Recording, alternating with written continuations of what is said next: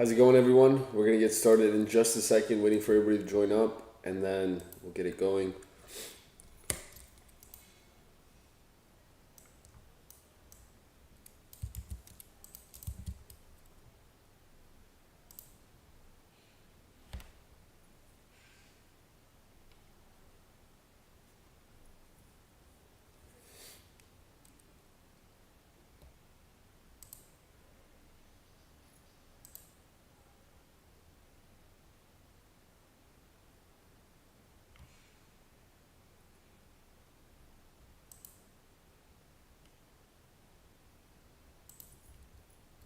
Okay, so we're about to get started. I'm gonna go over the futures, and then we'll start with various stocks.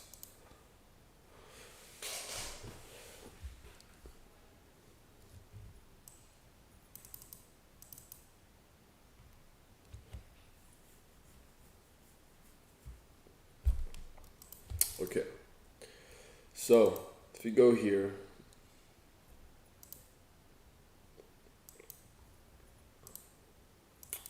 see, okay, right here, this is how I have my futures charted out. Basically, right, I marked out my obvious levels consisting of equal lows, right, and equal, relative equal highs or equal highs, right, and equal highs up here. This is the daily order block, right? This is the midpoint of the order block, and you have a bunch of more equal highs here and here that I have marked out on my chart. So what am I expecting, right? Based on the recent price action and how we've been rallying, I'm potentially expecting some continued push higher in certain scenarios, right? So scenario number one is if we run through this high with some force, with if you run through 40.39.50 with some, huge force, we're gonna look to push higher potentially, right? And we can push into these relative equal highs.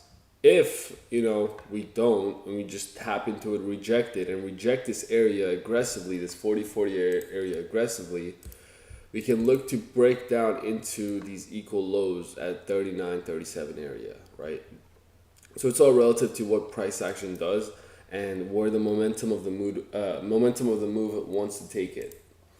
So that's where I'd be targeting, right? I'm stuck between these areas and this area down here to see where price wants to potentially go. So that's how I'm going to approach the chart for this week. Now this week we have some news popping up, right? So if we go to forexfactory.com, so Monday we don't have any news, right? Monday we don't have any news. Tuesday we have 10 a.m. High impact and medium impact news. So CB Consumer Confidence, Richmond Manufacturing Index. Then Wednesday we have at 10 a.m. we have pending home sales, and then some super low impact news. We have crude oil inventories and FOMC member bar speaks. It's around 10 a.m. And then Thursday, 8:30 a.m. we have final GDP, unemployment claims, final GDP price index, and quarter per quarter. And then you have 10:30 a.m. we have natural gas storage. 3:45 you have Treasury Yellen speaking.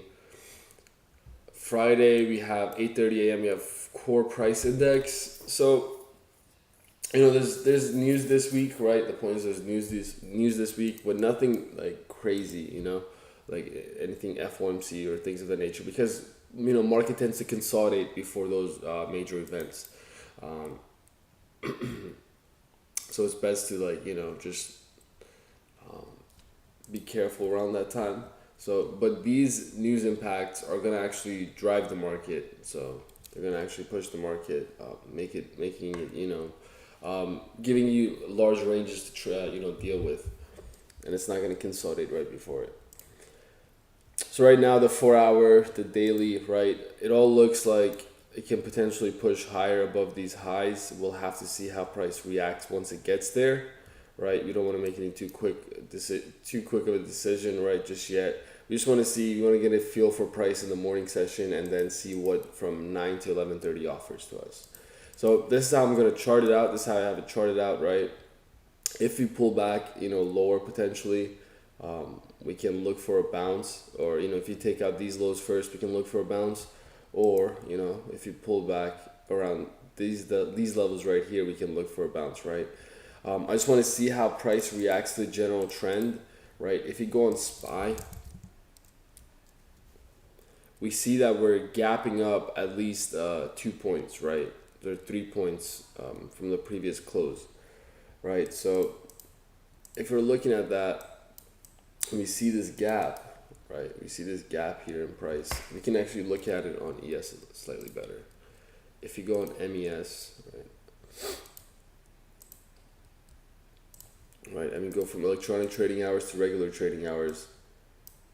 Okay, I can't show you to market's not open yet. So in market open, you'll see a gap in price on SPY. It'll be more visual on SPY. So what you can do is a couple things. So you can mark out your pivot points on SPY here, right? Mark out your pivot points on SPY first, right?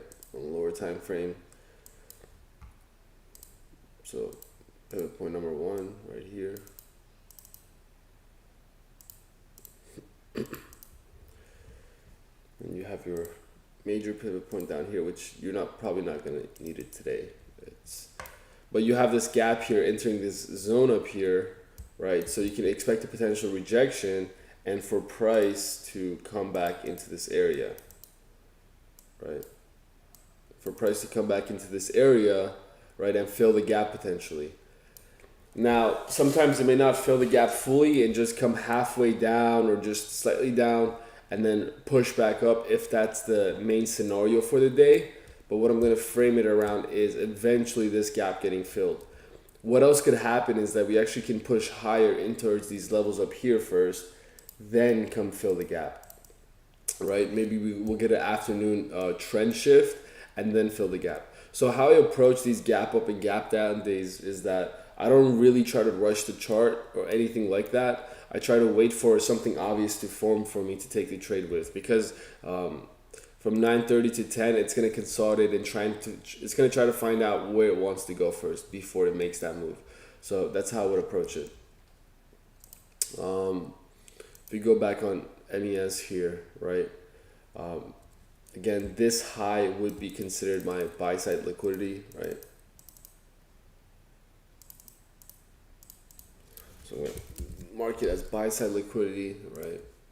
So I'm going to pay attention to it. So, and then this low will be my short-term sell side liquidity, right? Now, what could end up occurring is that we just continue rallying higher and higher in towards these relative equal highs up here, right? That could be one of the scenarios. But if you run this low aggressively, we can push lower, right? It's all relative as what price wants to do. I'm not really sure just yet. We ran these highs as well. So we'll see where price wants to take itself, shortly. And, just look at it from a different perspective, right?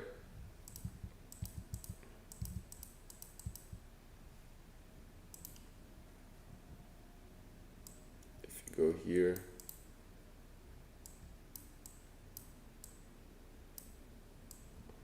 right, we use this order block, which turned from, resistance into support, and we could see it, continue to bounce higher. What I'd personally like to see is that if you come to 30% retracement, if I go here, if it comes to 50% retracement of price, if it wants to rally higher. So what I'd like to see is that it taps into these equal highs up here, right? Not buy side liquidity. It creates equal highs up here by pushing up here, right? And then creating liquidity above, pulling back into 50% retracement before rallying higher. And this might be expecting too much out of price, but we'll see how it reacts once market opens, right? We'll get a better understanding for the general trend, on market open. Let's go over other stocks. Again, if you guys have any tickers that you guys want me to go over, I'd be more than happy to. Also, guys, I'd really appreciate if you guys could like and subscribe if you're new, right? Um, if you haven't subscribed, I don't know what you're doing. You should, and make sure to leave a like. I'm going to be doing this every single day going forward. So here we have Apple. As you guys can see, we're rejecting a major zone, right? This gap fill area, right? That price went into, that we discussed in our prior pre-market lives. We were discussing these areas. Now, again, watch this pivot points up here in this huge zone, and have your focus to these levels down here as well, right? Price has been holding this level for quite some time. Now, it can, again, run through it eventually. If it breaks and retests this level, it's going to be a huge level for pivot point off price, right? So have this level, this 157, 158 level marked out on your charts. And this 160 area, 160, 163 area, this is going to act as a huge level as well, right? Going into this 163 gap fill. So if you start running like these highs, right? This high at 161, 57, and 162.14, right? If price pushes into these levels, it's going to be a huge gap fill, right? There's still some gap waiting to be filled here, and so again, it really depends on how price reacts to these pivot points. But that's what I'll be watching. For Tesla, right? We have this gap fill to the downside, right? So what we see here is that price barely tapped into it, and there's a huge gap waiting to be filled here, right? So I'm gonna obviously have that marked. If price gets below this level right here, this 188 level, and uses it as resistance, we can see lower prices, right? So that's how I would approach this gap fill. But right now, what we're doing is actually gapping up here, right? We're gapping up into this area, and what I'd like to see is, again, if it wants to push into this 195 region, and if it pushes there, I want to see how it can react there in terms of like either rejecting or trying to use it as, breaking through it and using it as support. But the main premise here is there's a $4 gap here that's forming. And what can happen is we can eventually pull back in towards this area for the gap fill. So we can push up higher and reject this 195 area, and then what the scenario could be, push up here, right? Well, we're gapping up, right? So we go from 194 area, right? We can push up and eventually have our intraday trend shift where we come down for the gap fill, right? And another scenario would be we actually continue to push up higher and lift this gap, have that gap get filled later on, right? We can again retest this 200 level, which is a fairly important level, or this 190 level upon a gap fill. Really depends on where the market wants to go today, right? I don't really have a bias set. I'm just waiting to react. I potentially think higher prices eventually this week, but for the short term, not too sure. Let's go over AMD. A lot of people trade that. So these are the levels we marked out. These are the zones we marked out from prior lives, right? And they seem to be working fairly well, right? I just want to rechart it real quick to set up our new pivot points. So you have this high right there, these lows.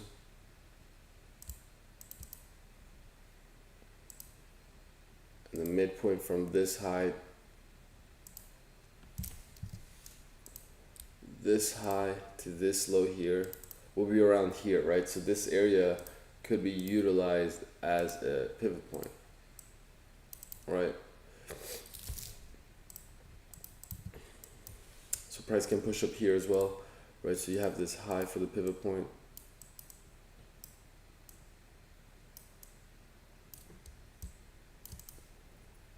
And you have these lows down here that could be utilized.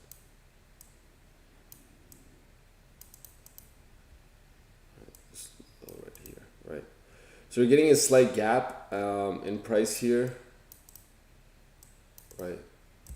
Nothing crazy, just a 19-cent gap. But I mean, it's not even gapping really. You want to see how price uses these levels right here, this area right here in price.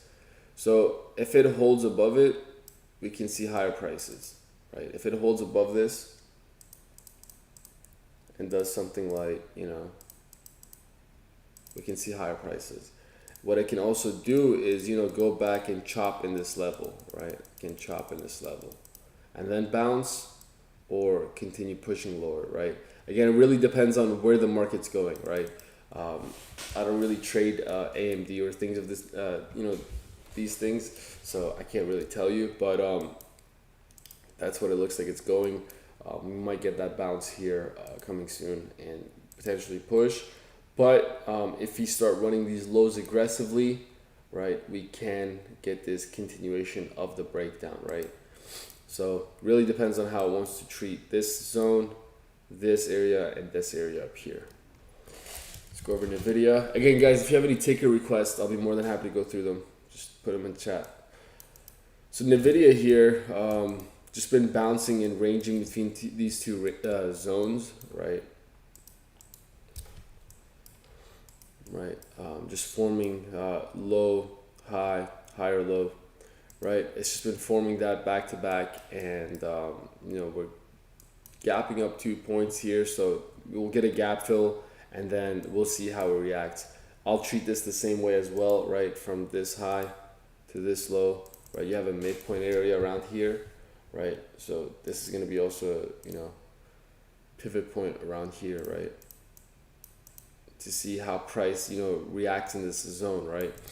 So again, that's how to approach it, right? I'll have these major, zones here on the chart to see how price wants to, if it wants to push above, push below, right? I'll use some key levels as well. Like, so this 270 level is going to be very important, right? To see how price wants to pivot off that.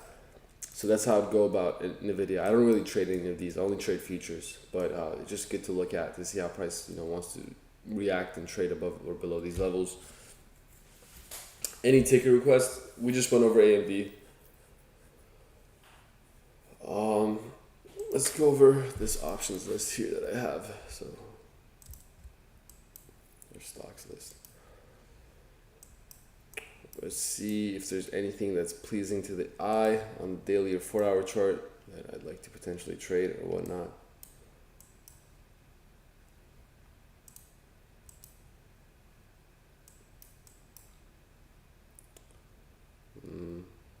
Not really. I only look over. You guys can look over NQ. Here, I'll go over NQ for you.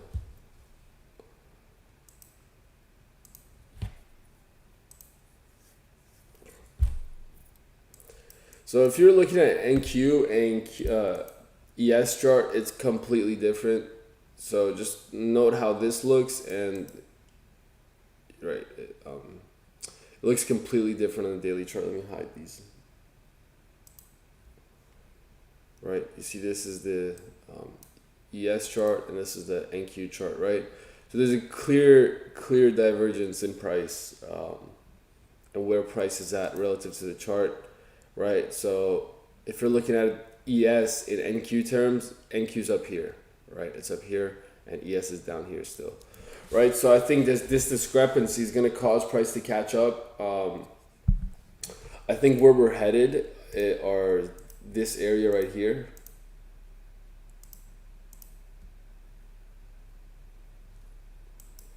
If I can mark it out, this area up here, right? I think that's where we're headed in price, and then we'll potentially get a rejection, but that's what's going on with price, right? NQ is pushing higher, a lot stronger than ES.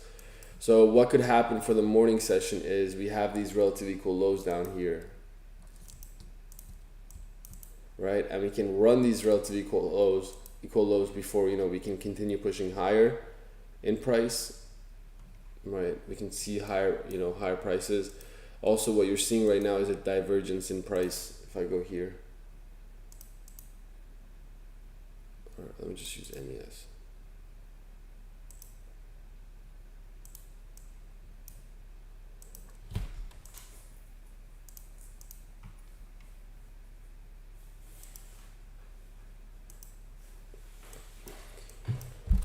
there's a divergence in price. If you're looking right here, this high, right, and with NQ, right, we're making a lower high. So again, we could end up running these lows and then pushing higher.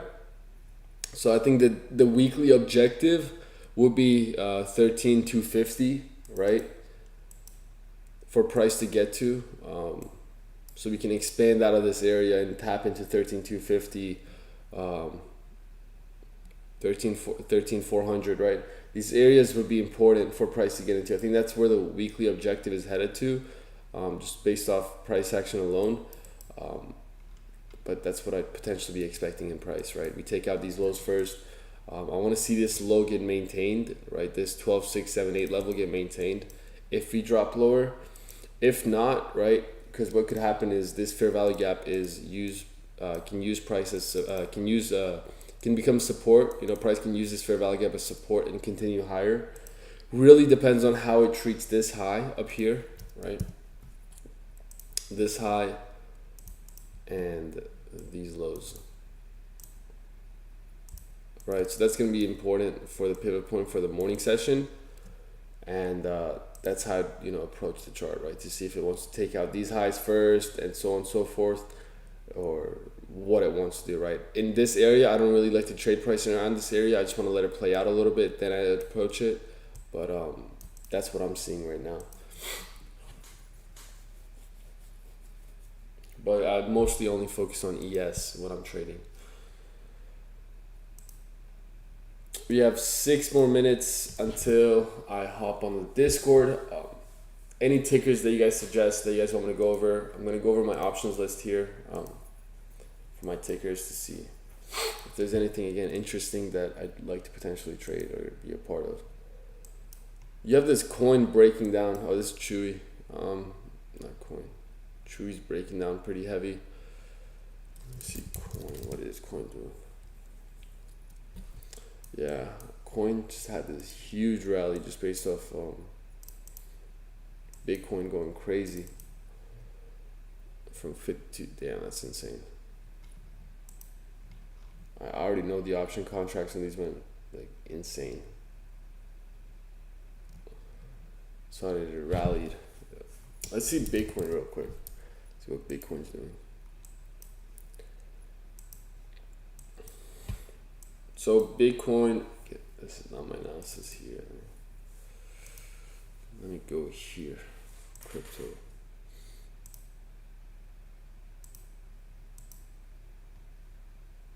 Okay. So with crypto here, we're seeing this, change in momentum in price, and we're pushing higher. Now, what could be the case is that this could be an early on reversal in price, and we could see that bounce that we're potentially looking for. As you guys could see, right, the monthly momentum is shifting, right? I personally think we could have that continued push. Minimum target would just be this 30,000 level, right? I think 30,000 is the next level to get tapped into. If it holds this 30,000 pretty firmly, we can see 40s and 50s, in my opinion, right? We could see those levels coming forth. The best way to approach this, like if you want to hold Bitcoin, again, not financial advice or anything, but what I do is I dollar cost average into it, right? Maybe just putting in at least $100 a week, or whatever the case maybe you'd like to do.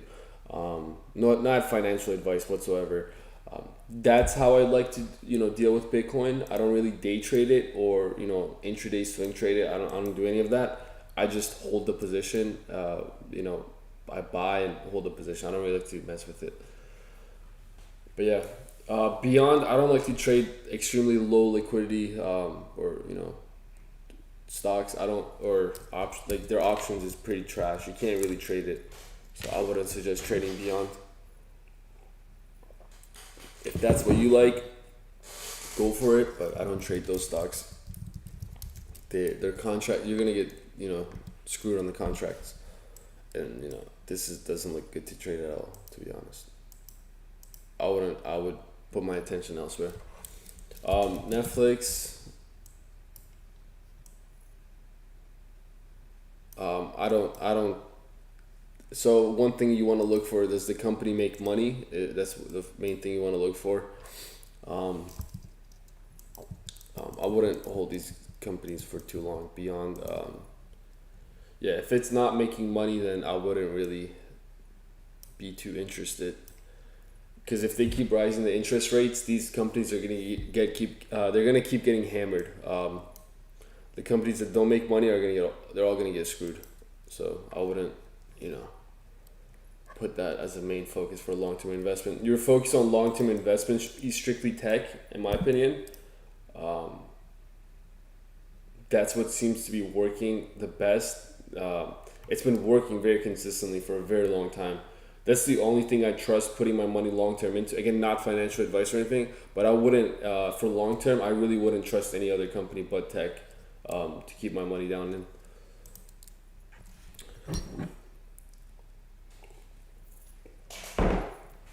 You know, or you can like get shit that's like recession proof, like KO, right? Like, look at this. Really hasn't fluctuated much from all time highs. Probably like $6-7 difference. But these are recession proof things. This is gonna keep going up. KO is gonna be like $80 by like 2-3 years maybe. I think it will be. This shit just keeps, you know, it's recession proof. It's gonna keep rising. Microsoft. I don't trade Lulu. I'll look over Lulu though. Microsoft looks like we're gonna have like a breakout soon. Just look at the monthly. This looks like insane. This is probably gonna go all time highs again. Just based on how the weekly playing out. No, but this actually kind of looks good. You could get a huge rally off this.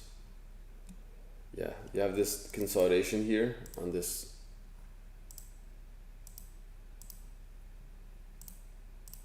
higher time frame. And I think if you continue breaking out this high, it would be of interest. That 294, 300 level would be of interest on this breakout here. And you know, you can play the small pivot points from these highs and these lows. Right, you have the midpoint right there as well.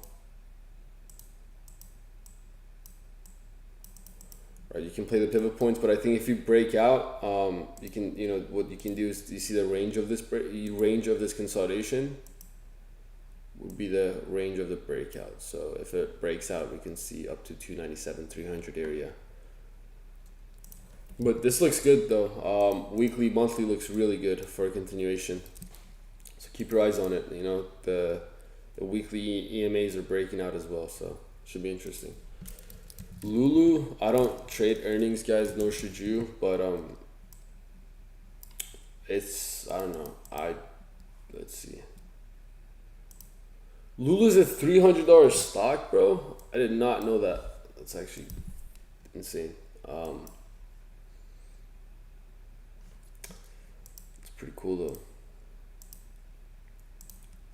So here we see Lulu, right? So again, just a huge consolidation, right? You guys can see yourselves, right? You have this zone here that's acting as, where price is just, this 300 level is huge support for price. Now, if it's good on earnings, we can hold this 300 level and break above 328 and eventually tap into 350 and then go for this gap fill up here potentially, right? That's how I see it. That's how I see it going with it. If earnings are bad and we dump, we can see 250s off price, right? I don't really know how they move with earnings, but that's how I approach the chart here. So you're gonna be looking at your key level pivot points for price on Lulu, right? Any other tickers you guys want me to look at, or is that good? Well, with that being said, guys, again, make sure you leave a like. That would really be beneficial for continuation of this program for daily events, right? I'm gonna be releasing a lot more YouTube videos regarding my strategy and how I trade. These current YouTube videos will be wiped out, and then we're gonna be transferring into new and better content. So keep in watch for that. Make sure you guys like and subscribe, right? Turn your notifications on so you know when I'm going live every day. You definitely don't want to miss out on these, right? I go over a lot of things. So right now, I don't really have a bias for the market, but typically, when the market is in a good area, I give out some fire analysis, because the market is just prepared to make a huge move towards a direction, and we can spot that, right? Right now, it's just messing around a little bit.